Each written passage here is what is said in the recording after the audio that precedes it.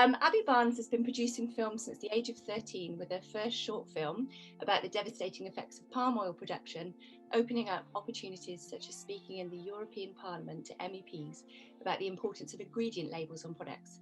Since then, her work has gained national and international recognition, including a Global Youth Award in 2018, and opportunities to produce films for companies and events including United Nations and Jurassic Coast UNESCO team. Her brand continues to grow with a range of products and a podcast, and she joins us today to share her journey. Hi, Abbie. Hi. Great to see you. Let's get straight stuck in. Abbie, you've been making films raising environmental awareness and encouraging people to step outside since the age of 13. What made you decide that filming was the avenue you wanted to take? Yeah, it's a really good question, actually. So I started filming at a young age because I was very passionate about nature. I wanted to be a wildlife filmmaker, so I would just step outside and, we lived in the countryside. I could film the foxes and the badgers and the rabbits and the birds. But gradually, my passion fell into environmental conservation. I started to learn about different issues going on across the planet, and I wanted to do something about it. That's really where I sort of first felt that fire within me to do something and to speak up for those that didn't have a voice.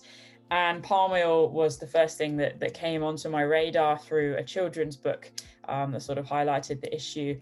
So I started by talking to the camera and sticking pictures on top, and that won the film competition, which saw me get to the European Parliament to talk about the issue. Following that, it sort of went on to marine debris because I wanted to look at something that was a little bit closer to home.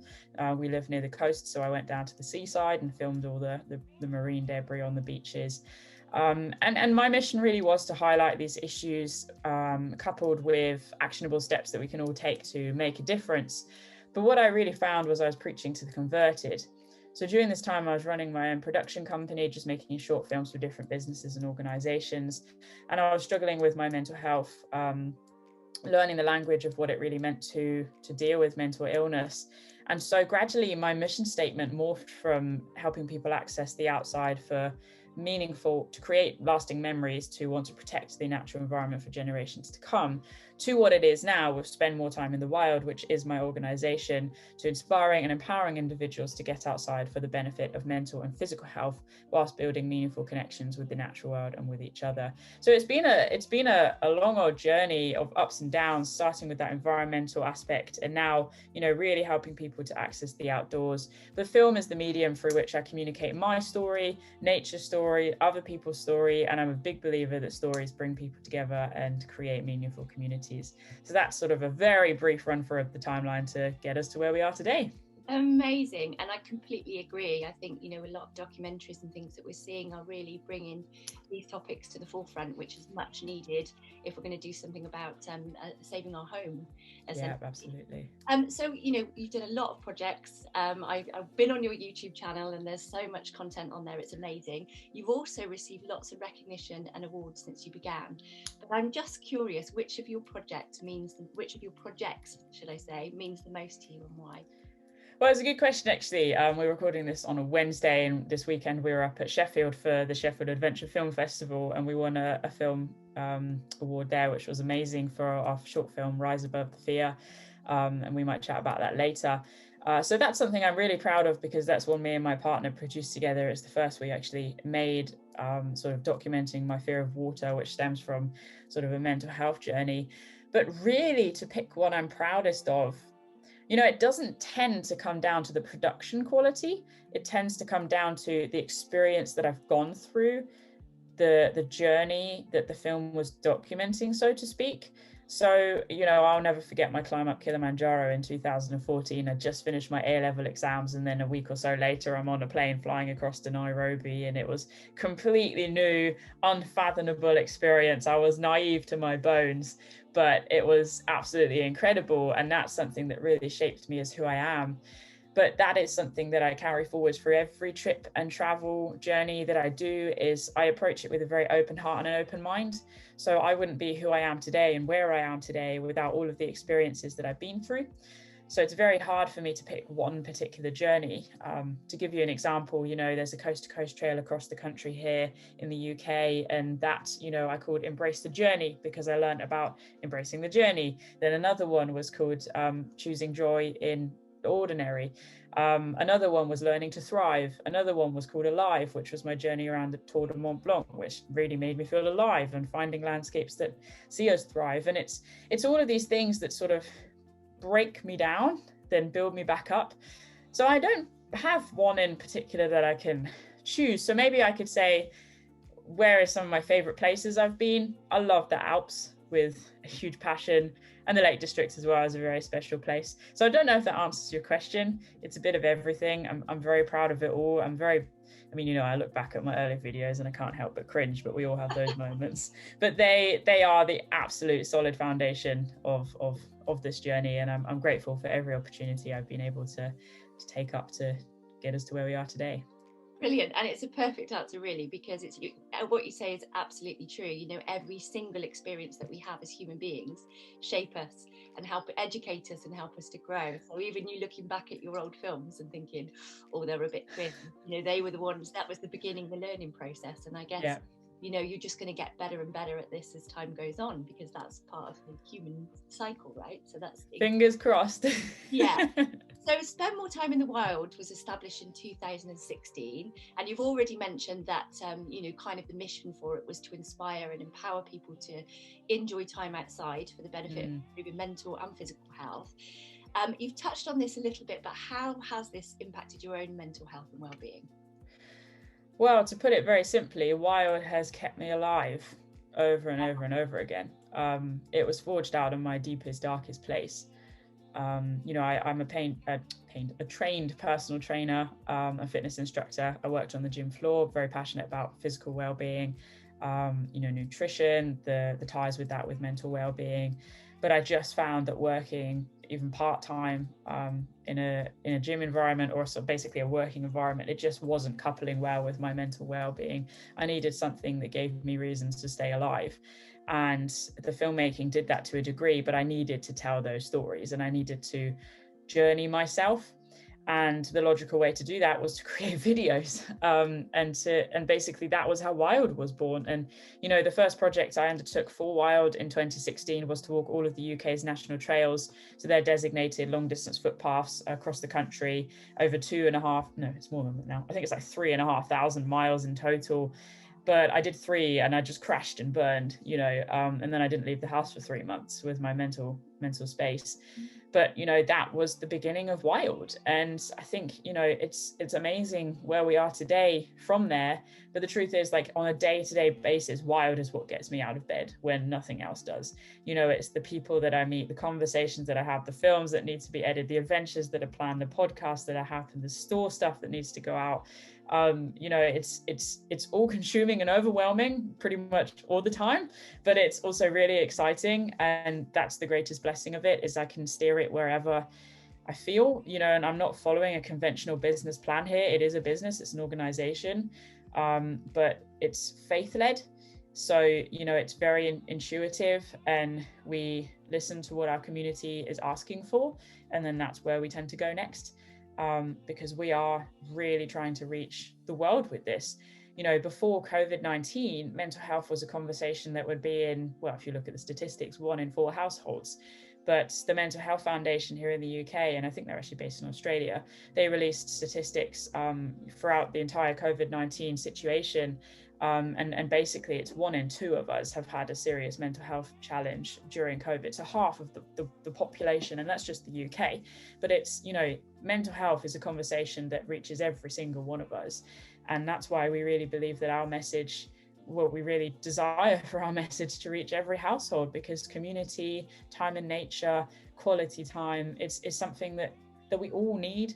And I think, you know, the way in which modern life is designed these days, it doesn't create space for that. That's all the luxury, but that has to be the essential, and everything else comes after that. So we're really trying to shift the mindset in a way, and we're working on really big projects at the moment, hence the busyness of the day-to-day, but it's exciting. And as I say, Wild is my connection to life. It's everything to me. Amazing. You can really feel that in your films, actually, Abbie, that there's so much of you as a human being in them. But also, I completely agree with you. I think there needs to be a focus on mental wellness. and Yes. actually getting to a point with, doing something before it becomes a crisis. Yeah. Actually, I do wonder sometimes. I think about, people that live in the city that have never experienced even probably having their feet in the grass, and I think that's really devastating. I think it's something that everybody needs to experience as much as possible, because like you basically alluded to, we spend so much time in man-made structures now that actually there's something so special about connecting with nature. So I really love that. You mentioned already your recent film Rise Above the Fear, which I watched yesterday, and was really touching actually to watch, really, really touching. And you talk about how mental illness doesn't have to hold you back. I watched you going into the water, and I felt you, when you got in, the anxiety, but it was wonderful then to see you swimming off, and not even realizing how far out in the water you'd gone. So that was amazing. But what would your advice be to other young people who are battling with mental health themselves? And also, how can they get involved with spending more time in the wild? Okay.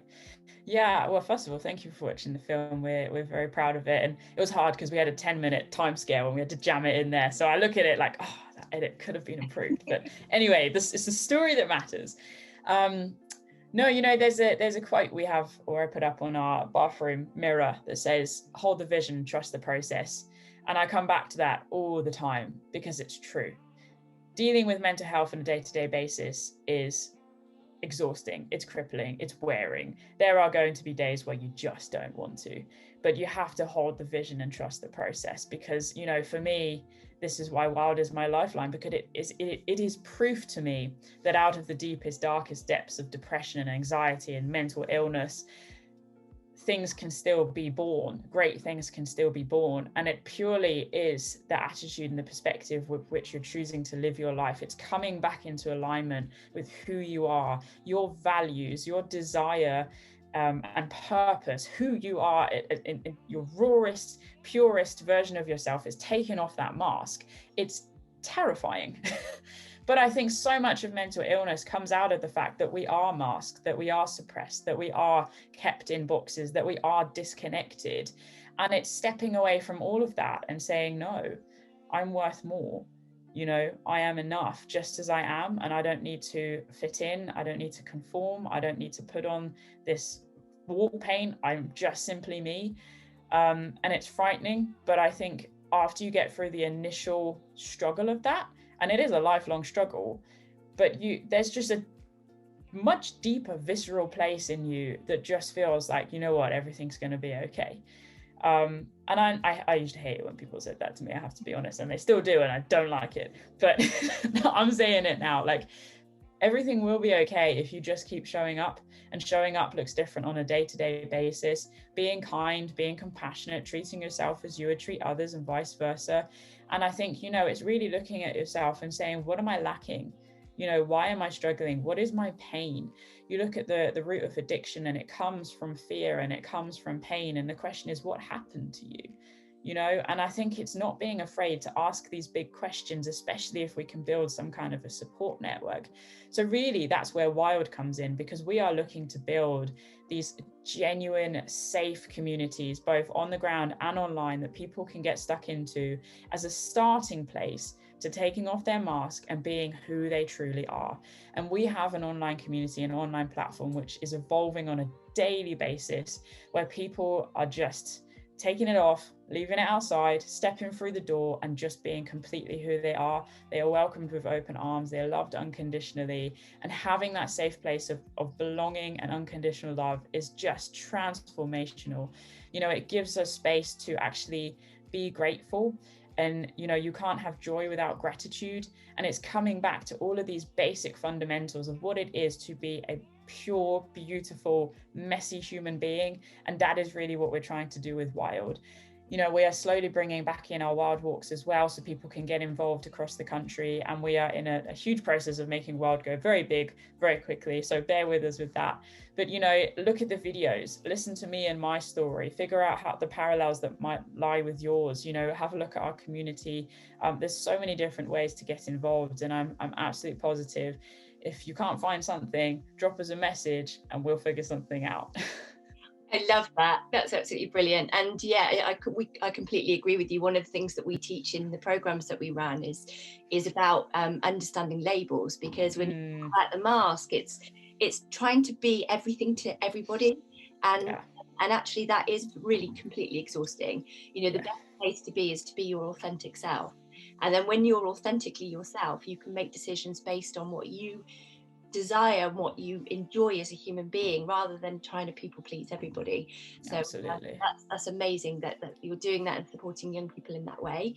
And you know, I would recommend any young person to visit the website, which we'll share the link to, so that they can go over and find out more about it and watch some of the films and things as well. So maybe we'll include your YouTube link as well.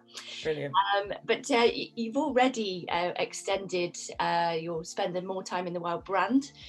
So you've got a range of products on your website as well now, haven't you? Yeah.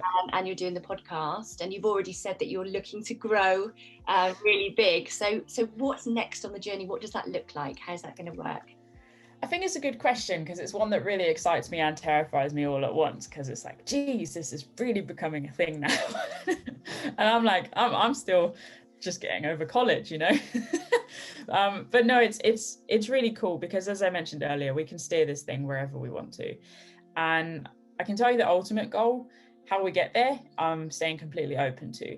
So the ultimate goal is to create a safe space on the ground where people can actually come, where the community is there, where they can receive support, where they can get involved in programs, where they can retrain, where they can connect with nature, hands on, feet in the grass, just as you said. Because, you know, when I have been in the depths of my mental health, and I still get there, but it's much easier now, that's what I've yearned for, is just a safe place where I can just go and be for as long as I need, and there can be different things I can get involved with. I can feel like I belong, like I have meaning and purpose.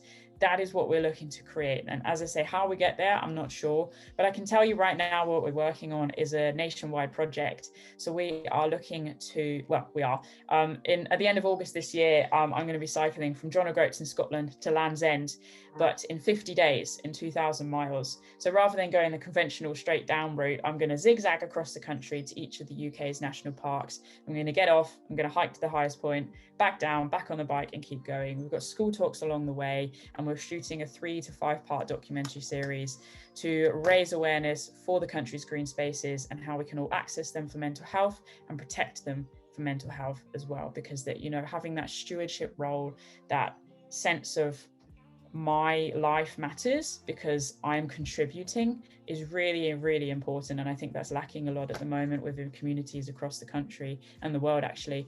So I'm doing a lot of cycling at the moment, as you can imagine, training for this. As I say, it's 50 days. It's a massive project. So, you know, if I'm not sure entirely when this goes out, but if this is out and they want to get involved, they can come along to the walks, because each of the walks is open to anybody. You know, join us for a cycle. You can get involved online and track the project. So this is, you know, we're really trying to create a mental health campaign here to highlight the green spaces. The national parks are involved. We're communicating with different mental health charities as well. So this is the biggest thing by far that we've undertaken within Wild, but really excited. And going to give it our best shot. So keep an eye out, and it's all going to be online, all on YouTube, and we'd love for people to get involved with that. Oh my God, Abbie, I'm excited and terrified for you. Yeah, same. Of course, you're not taking the straight route, you're going to zigzag all the way across, but actually what an amazing adventure to go on. I think that's really exciting. And again, you know, let's make sure that we've got the links that we can share for people to go along and see what you're doing and see how they can get involved as well, if they can sign up to anything. And I would love to join you at some point on the journey. Yes. Yeah, I would love to, and the rest of the team. And of course, we'll put it out to the rest of our youth ambassadors as well, because I think it's really awesome to get some support there. So thank you so much for joining me today in your massively busy schedule that I know you have. It means a lot to us to have you here today, and I'm super grateful, so thank you. It's been wonderful. Thank you for the opportunity.